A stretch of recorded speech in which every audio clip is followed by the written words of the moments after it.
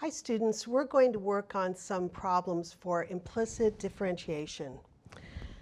Basically with this type of differentiation, or finding the derivative of a function, we're going to be considering that we're really only differentiating using our rules that we've been working on with any term that has x in it. If it has y, we're going to have to treat it a different way. So let's look at this example right here. So given the equation 28x cubed plus 10x to the 28th times y plus y to the 4th equals 39, we want to find dy dx. So anytime we are encountering a term that has a y in it, we have to put in, when we differentiate it, we have to put next to it dy dx. It's like we're saying we know we're taking the derivative of this function even though it doesn't have x in it. Okay? So let's go ahead and write our equation.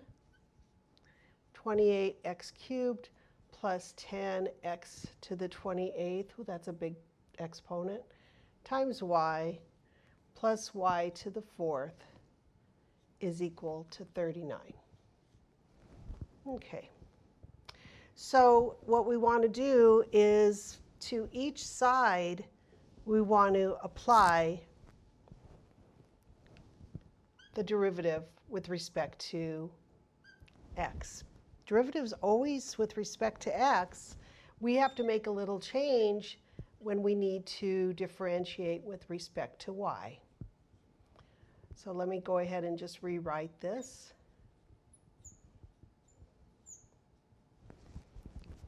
So we're going to take the derivative with respect to x on both sides of this equation, all terms.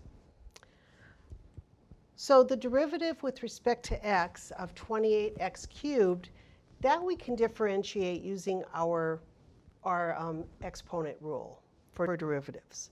So we'll take 28 times 3, and then we'll take one away from the exponent, or from the power. I should call it the power rule, times x squared. So 28 times 3 is 84 x squared. And now the next term, we need to be careful because that's a product of actually three things.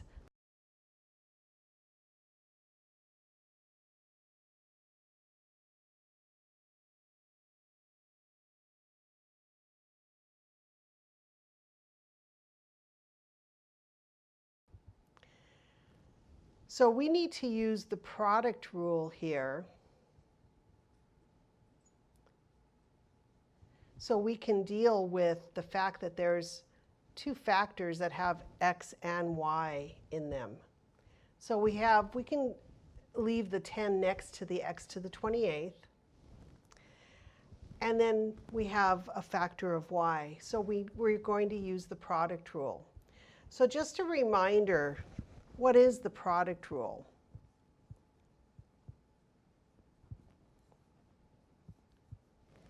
So if we want to take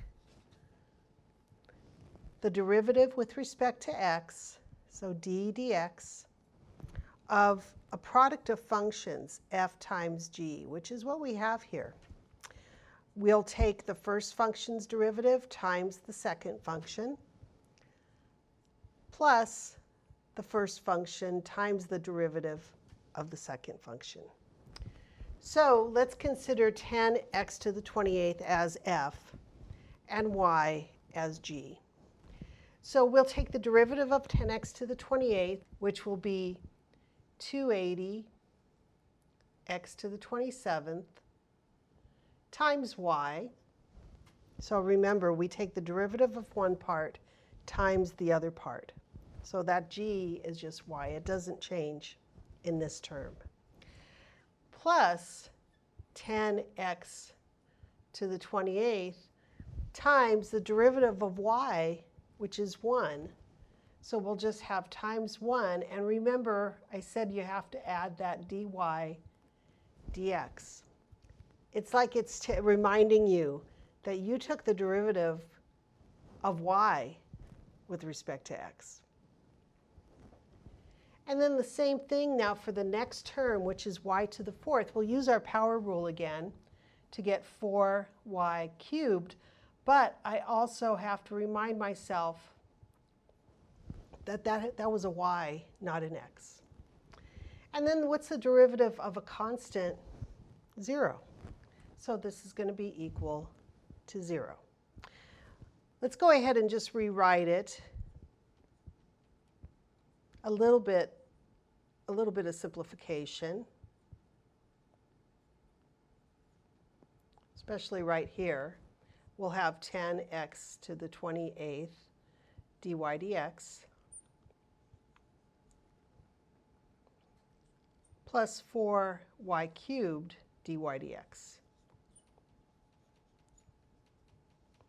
equals 0. So what we want to do next is, what are we solving for? Dy dx. So any terms that do not have dy dx, like 84x squared and 280x to the 27th times y, there's a y, but there's no dy dx. We want to move them to the other side of the equal sign. So let me put my equal sign here, and we'll have negative 84x squared minus 280 x to the 27th times y. And then what's left on the left side of the equal sign are the terms with dy dx. And I'm actually going to factor out a dy dx from both of these. That leaves me with 10x to the 28th plus 4y cubed.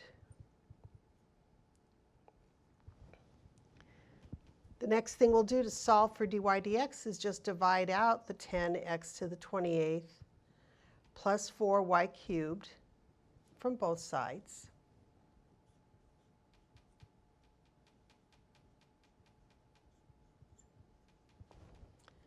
And that way, what's left on the left side of this equal sign is just dy dx, which is what we're solving for.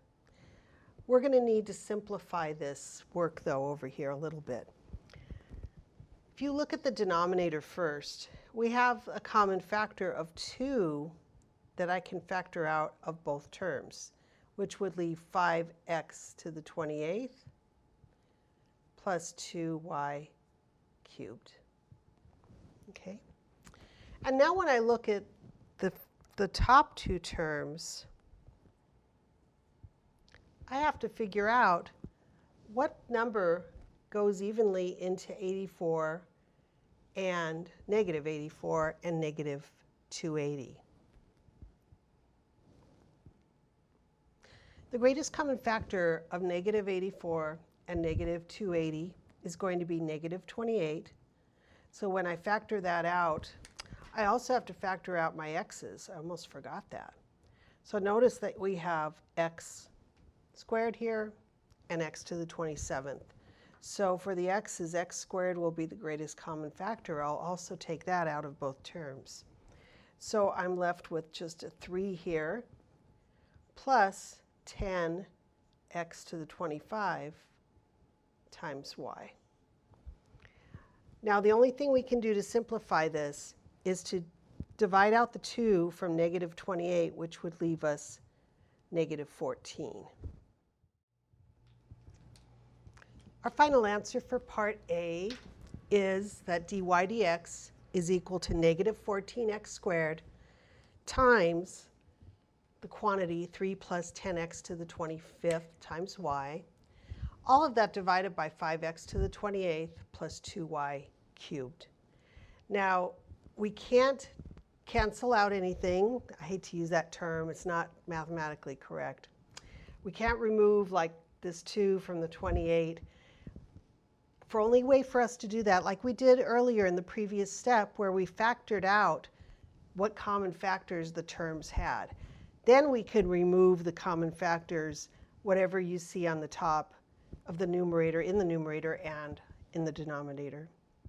Our next part of this problem is to find the equation of the tangent line at the point 1, 1. So what we're going to do now is replace x with 1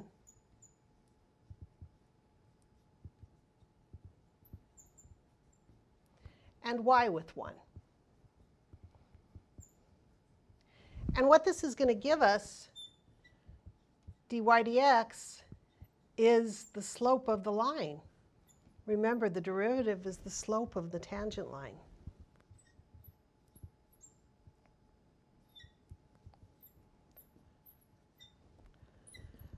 So once we calculate that, then what we will do after that is to find the y-intercept, because we're trying to form the equation of the line y equals mx plus b. So let's do our work and replace x with 1 and y with 1. So dy dx is equal to negative 14 times 1 squared times the quantity of 3 plus 10 times 1 to the 25th times 1 divided by 5 times 1 to the 28th plus 2 times y to the third power, or 1 to the third power. A lot of 1's here, so that's going to help us simplify.